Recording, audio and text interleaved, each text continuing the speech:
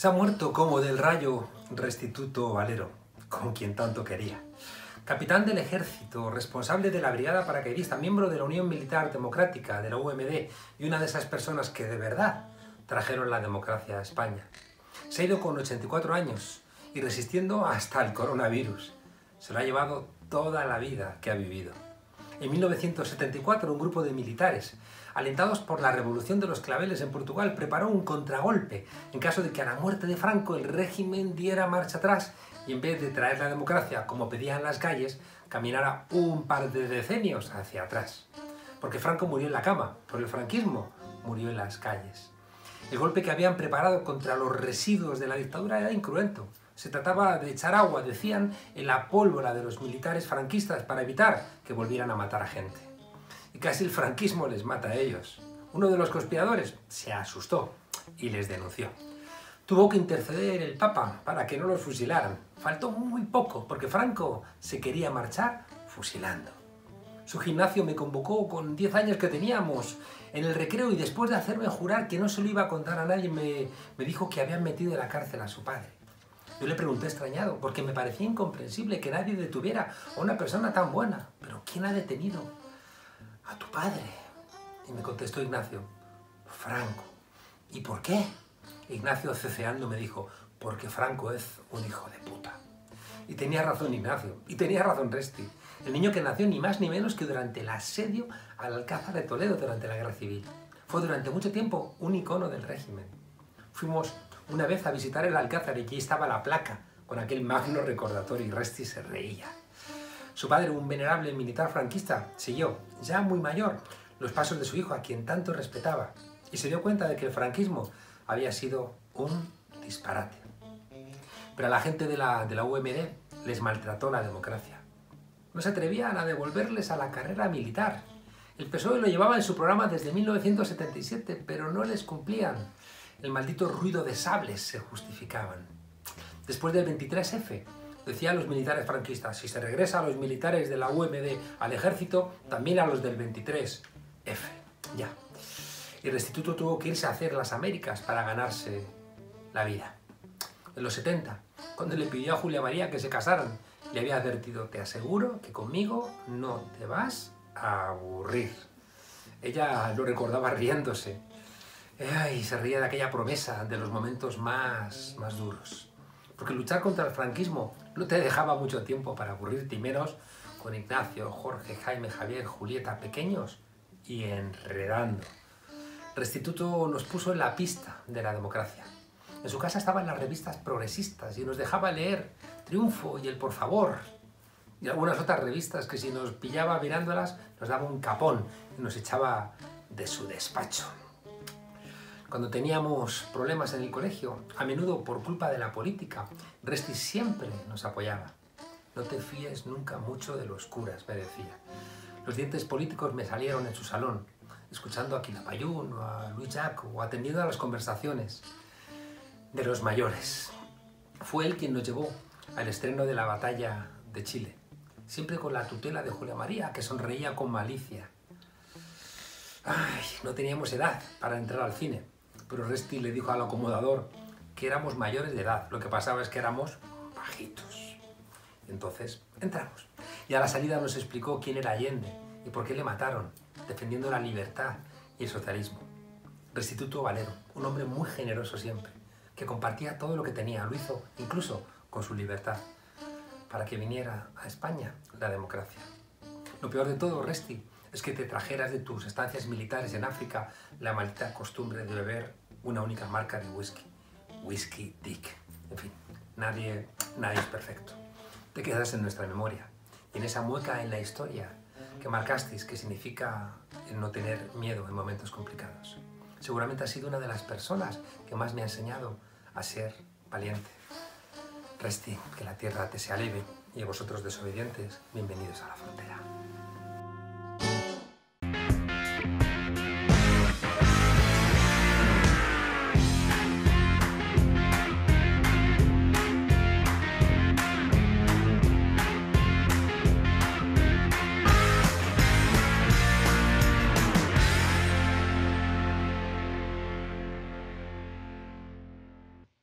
En un mundo complejo, las soluciones son complejas. ¿Eso qué significa? Significa que cada parte es un mundo y que hay que construir un archipiélago. De alguna forma, eso es la Unión Europea. España, los grandes retos que tiene por delante es prácticamente imposible que los solvente aisladamente. Y por eso la Unión Europea aparece como el gran problema y la gran solución frente a la crisis del coronavirus. Para hablar de esto tenemos a la responsable de internacional de Podemos y europarlamentaria Idoia Villanueva. Idoia, muchas gracias por estar aquí en esta frontera confinada. Buenos días, Juan Carlos. Muchísimas gracias por la invitación. Idoia, estamos muy atentos a las decisiones del Eurogrupo. Parece que son decisiones contradictorias. Estamos esperando decisiones, pero no terminan de llegar. Cuéntanos qué está pasando. Sí, estamos viviendo con muchísima preocupación, ¿no? Ayer veíamos cómo los ministros de Economía europeos se juntaban y salían de la reunión sin medidas concretas y sin ningún tipo de acuerdo. Creemos que es muy importante en este momento que Europa tome medidas contundentes y urgentes para la situación que estamos viviendo. ¿De qué tipo? Bueno, pues nosotras la semana pasada, desde el grupo europarlamentario, con varias firmas de distintos países, ya hacíamos un llamamiento, ¿no? Al presidente del BCE, al presidente de la Comisión, al presidente del Banco de Infraestructuras, diciendo que creemos que es necesario que haya, por un lado, eurobonos, pero también que el Banco Central Europeo, que recordemos, es una anomalía que el Banco Central Europeo no compre deuda de los países, sino que la ponga a disposición de los bancos para que ganen a través de intereses y beneficios frente a la inversión que necesitan los países para dar sus servicios públicos y sus estados de bienestar, bueno, pues creemos que el Banco Central Europeo debería poder comprar deuda pública al 0%, ¿no? Y apostar de una vez por un estado de bienestar en Europa que asegure un mínimo de renta garantizada, que asegure un mínimo de salida a la crisis que estamos viviendo. Desde el Grupo Unitario de la Izquierda Unitaria Europea habéis planteado algunas medidas, ¿no? Salario mínimo compartido, renta básica, la emisión de deuda pública. ¿Qué Claro, buscáis con esas medidas? claro, pues lo que buscamos es hacer realidad con hechos el análisis y las conclusiones a las que ya se supone que ha llegado el proyecto europeo. Si os acordáis, cuando Grecia lo pasó tan mal y Europa asfixió al pueblo griego, vivimos como años después Europa pidió perdón y dijo que se había equivocado. Y hemos visto también Que se habían equivocado. Claro, y hemos visto también cómo se apuesta y nos llenamos la boca sobre la necesidad de un pilar social, pero que no termina jamás de implementarse. Creemos que si no es ahora, cuando están pidiendo auxilio los pueblos europeos, ¿cuándo va a ser? Es necesario que se dé liquidez a los estados y que se apueste de verdad por una inversión social para que podamos salir juntos de esta crisis, porque los países no van a poder salir por separado ni van a poder enfrentar esta y otras amenazas globales por separado. La salida con el Brexit de Gran Bretaña podría abrir una oportunidad para que la Europa social, que siempre había sido refrenada, ¿no? por esa concepción más liberal de Inglaterra, pues ahora deje paso, ¿no? Una concepción más social. Sin embargo, parece que hay una contraposición entre las posiciones de Alemania y las de Portugal, España, Francia o Italia.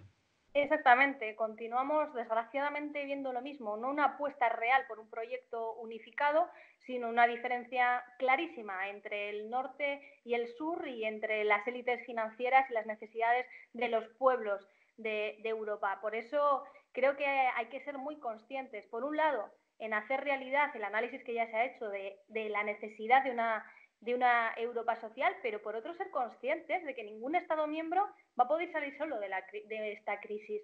Si el resto de vecinos caen, se pone en riesgo también el resto de la zona euro. Y más ahora en el que también los cambios geopolíticos que estamos viviendo van a dibujar un nuevo escenario y en el que Europa tiene que decidir qué papel va a tomar. Nosotras lo tenemos claro. Creemos que es necesidades, medidas contundentes y que salgamos todos y todas juntas con un Estado social fuerte. Tengo la sensación de que se están dividiendo, ¿no?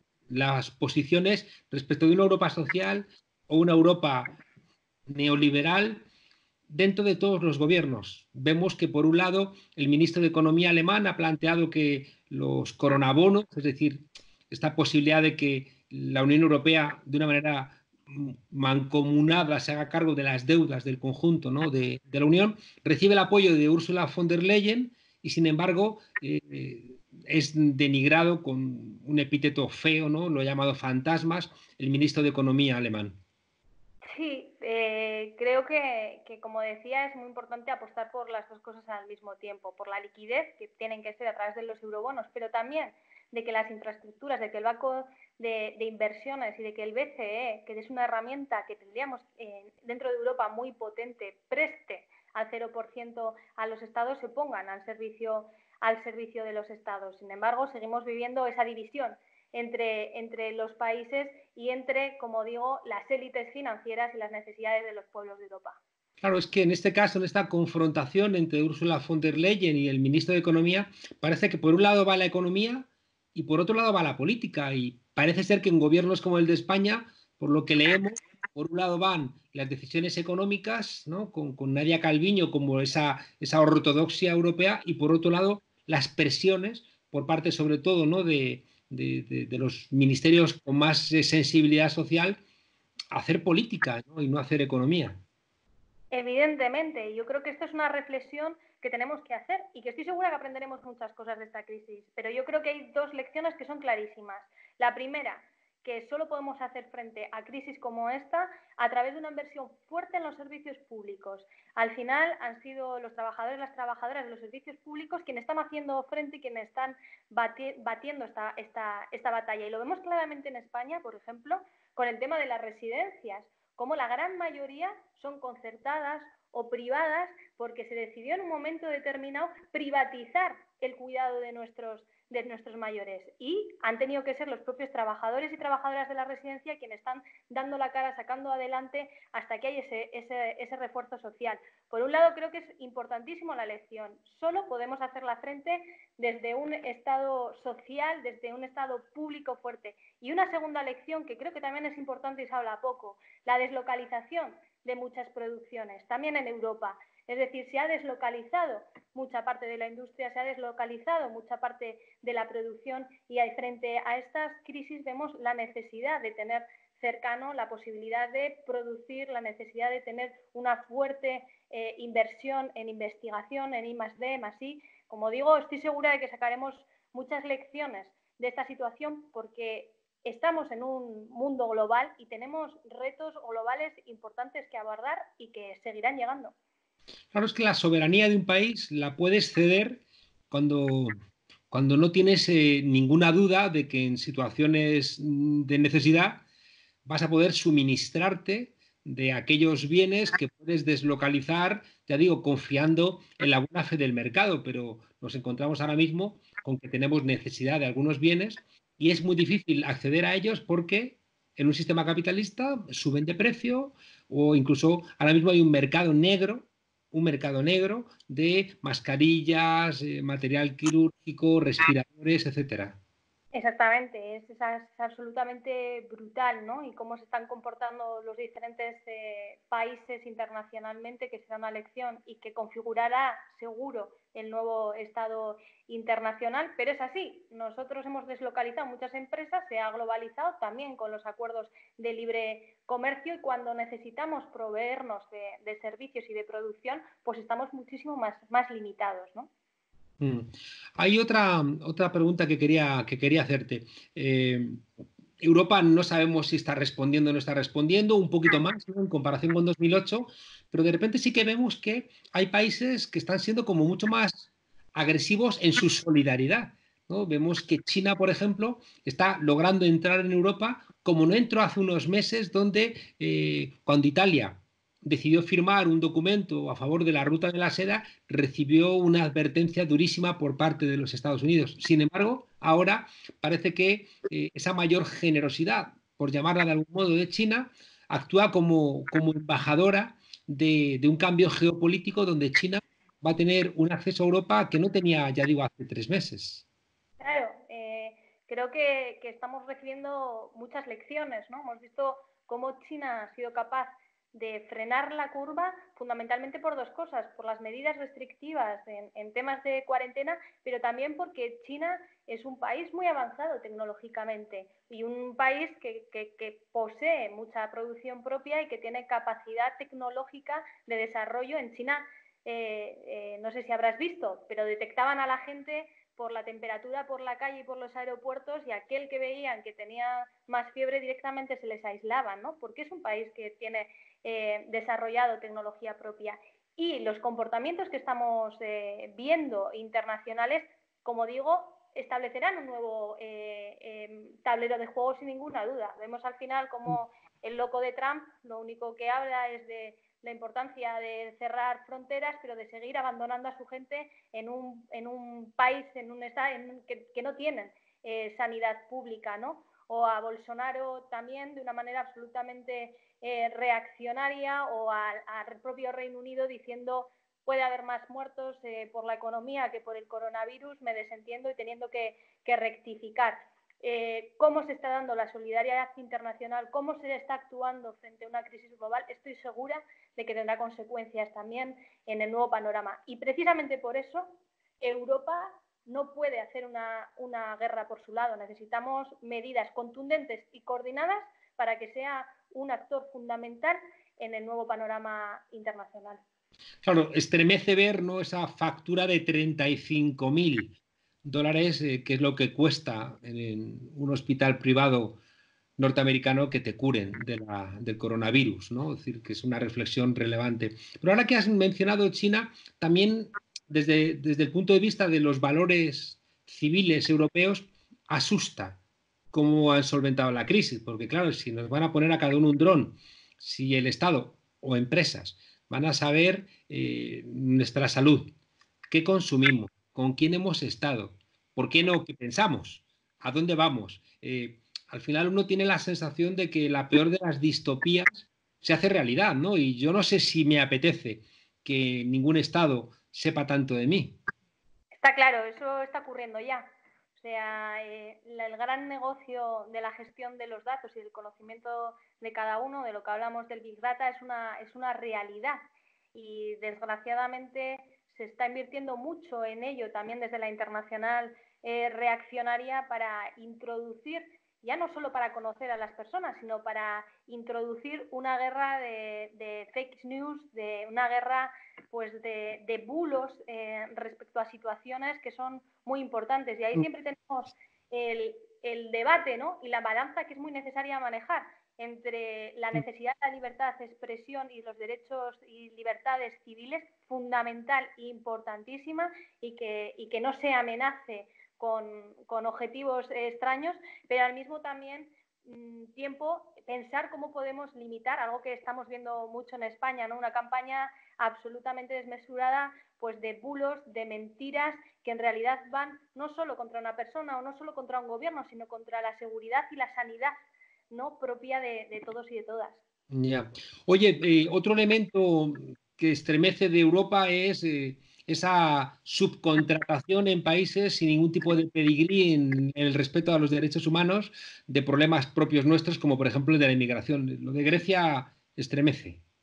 Bueno, es un punto del que se está hablando, del que se está hablando poco, y que nosotras vivimos con mucha preocupación, y estamos haciendo llamamiento también en Europa. Solo en Lesbos hoy hay un campo de refugiados de más de 27.000 personas en unas condiciones absolutamente inhumanas. A las propias mujeres embarazadas que dan a luz les hacen cesárea, y a los 2 días están en tiendas de campaña rodeadas de barro. Imaginaros lo que puede llegar a ocurrir si el coronavirus entra en estos campos de refugiados, ¿no? Creemos que es necesario hacer acción inmediata humanitaria y terminar con esos campos de refugiados dentro de Europa, y dar una salida antes de que tengamos que lamentar muchas pérdidas mayores. Llama la atención en España Vox, que plantea quitar, ¿no?, el seguro sanitario a inmigrantes sin papeles, que dejarían, ¿no?, bueno, pues eso, máquinas de contagio multiplicadas por toda la geografía española y por toda la geografía europea, ¿no? A veces esta estupidez, ¿no?, propia de la extrema derecha. Llama la atención relativamente porque si tenemos memoria, hemos visto a muchos dirigentes de Vox ir contra la sanidad pública, decir que la sanidad pública era una lacra, decir que había que acabar con la sanidad pública de nuestro país, ¿no? Ahora hemos visto unas declaraciones absolutamente escandalosas, ¿no? De decir, bueno, es que a los extranjeros que no se les atienda, aparte de que es algo que está fuera de toda humanidad, evidentemente es una propuesta absolutamente irresponsable. Lo que necesitamos realmente es acabar, poder contener el crecimiento del virus, tratar, por supuesto, de la mejor manera posible a todos los enfermos y que consigamos una salida rápida en este momento.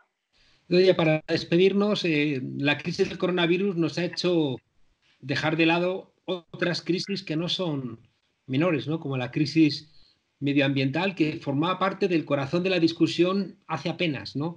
2 meses con una enorme preocupación. Vemos que en España, de repente en Murcia, otra vez golpean, ¿no?, las condiciones climáticas, porque esas condiciones climáticas les da igual que haya un virus que afecta a los seres humanos, ¿no? Desde Europa, ¿qué pasa, ¿no?, con ese desafío medioambiental? Eso es. Yo creo que precisamente la salida que dé Europa a esta crisis debería marcar el cómo nosotras enfrentamos los grandes retos que tenemos internacionales, porque no creamos que solo es el coronavirus uno de los retos internacionales que tenemos. Tenemos muchos, como bien mencionas, uno es el cambio climático y la necesidad de que haya medidas coordinadas y que haya medidas unificadas. Por eso es muy importante que en Europa los países que se creen lo suficientemente fuertes para sobrevivir solos se den cuenta, se pongan las pilas y que apuesten de verdad por un proyecto europeo en el que todos y todas juntos podamos salir, porque si no estaremos condenando el propio proyecto europeo, pero también estaremos condenándonos a dar salida a otras crisis como cambio climático. Ahora, María Eugenia Rodríguez Palop, Miguel Urbán, compañeros tuyos, supongo que estáis en contacto, seguís trabajando, ¿no?, empujando a que Europa, ¿no?, escuche un poquito la cordura que viene desde el sur de Europa.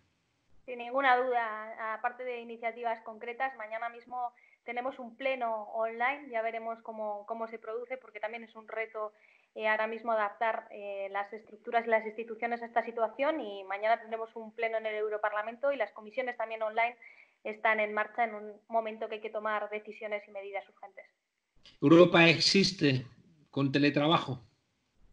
Ahí estamos. Muy bien, Idoia, muchísimas gracias por acompañarnos en la frontera. ¿Cómo llevas el confinamiento tú? Pues aquí estamos. A mí me toca en Iruña, en un piso en el casco antiguo, sola y bueno, la verdad que supongo que como todas y como todos, pues en una montaña rusa, pero con mucha fuerza, con muchas ganas, trabajando, y aprovecho para mandar un abrazo enorme, mucho ánimo y mucha fuerza a todos y todas las que nos estáis escuchando, porque saldremos y ojalá salgamos más fuertes y unidas de esto. Idoia Villanuevas, responsable de internacional de Podemos y europarlamentaria de Unidas Podemos. Muchísimas gracias, cuídate mucho y hasta muy pronto. Un abrazo enorme, un beso. Seguimos. Seguimos.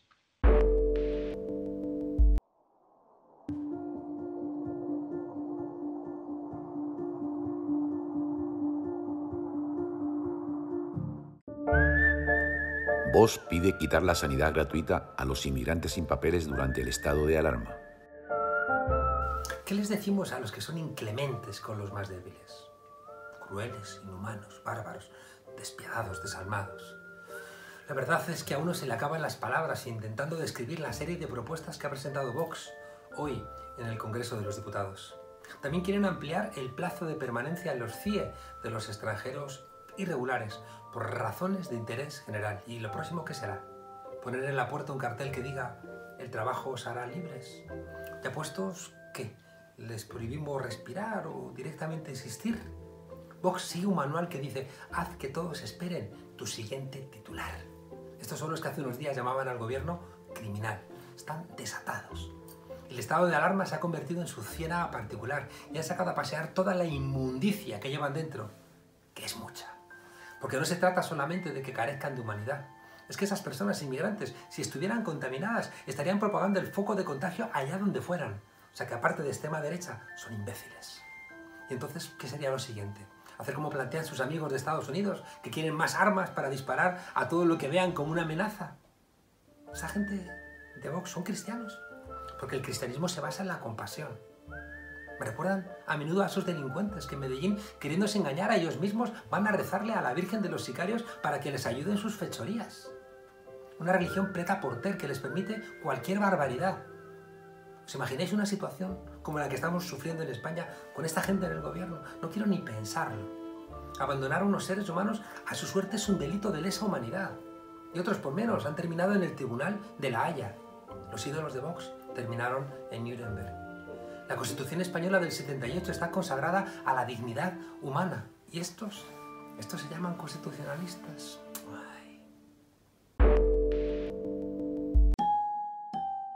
Los españoles entregamos al presidente Sánchez los máximos poderes, pero él nos devuelve la mínima eficacia. Cayetana, Cayetana, Cayetana. Es que no dejas de decir burradas ni con mascarilla doble, ni aunque te pongan el bozal de Aníbal Lecter. Vamos, tú a piñón fijo, que para eso eres la marquesa de Bocafuerte. Como el conejito de Duracell, pero conectada a una fuente inagotable de energía. Y resulta que hoy, el día en que hemos superado a China en muertos, un día de tristeza por el coronavirus, vuelves con tus ataques al gobierno. ¿Ese es el apoyo incondicional que ofrecéis desde el Partido Popular? ¿Eso es lo que entendéis por lealtad institucional? ¿Qué vais a dejar para cuando termine esta crisis? ¿Vais a ir con navajas al Congreso? Ha dicho la portavoz del PP que el ciudadano otorga al gobernante los máximos poderes a cambio de eficacia. Ya, de eficacia y también de honradez, ¿no?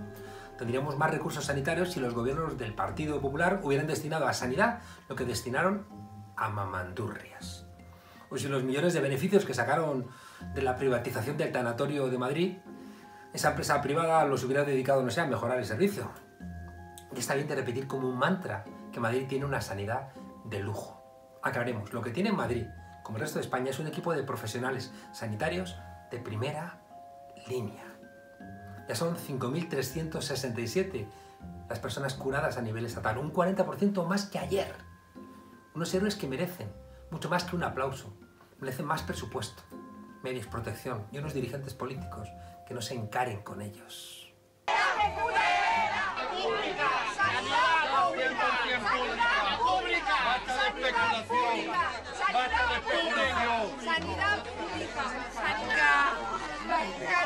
O mucho me equivoco, o esa rubia rodeada de guardaespaldas no es una de las responsables de que Madrid tenga hoy 3.000 camas y 3.200 sanitarios menos que hace 10 años.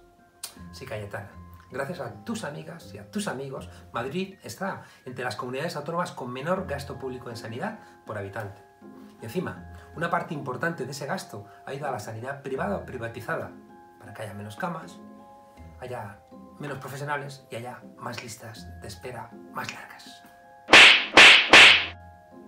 La sediciosa acusa también al Ejecutivo de anteponer la ideología a los hechos y a la ciencia.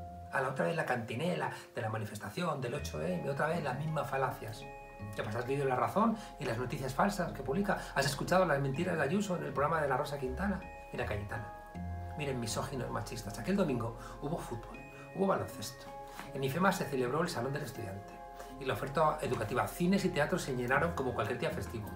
Entre otras cosas se celebraron cientos de misas. Por haber, hubo hasta un acto de Vox en Vistalegre. Está bien de tonterías. Ojalá hubiéramos sabido todos, entonces, lo que sabemos ahora. Todos. La portavoz del PP quiere mantener el Congreso de los Diputados abierto, porque dice que lo dice la Constitución. También dice que los gobernantes no deben robar. Y mira, rato en la cárcel. Es que nos gustan solamente trocitos. Pero ya eso lo hablamos otro día, ¿verdad? Yo le propongo a usted algo mejor. Intentar convocar, aunque sea con la ouija, el sentido común, en unos tiempos tan dramáticos como los que estamos viviendo. Más solidaridad, Cayetana, y un poquito menos de deslealtad. Hasta mañana, desobedientes.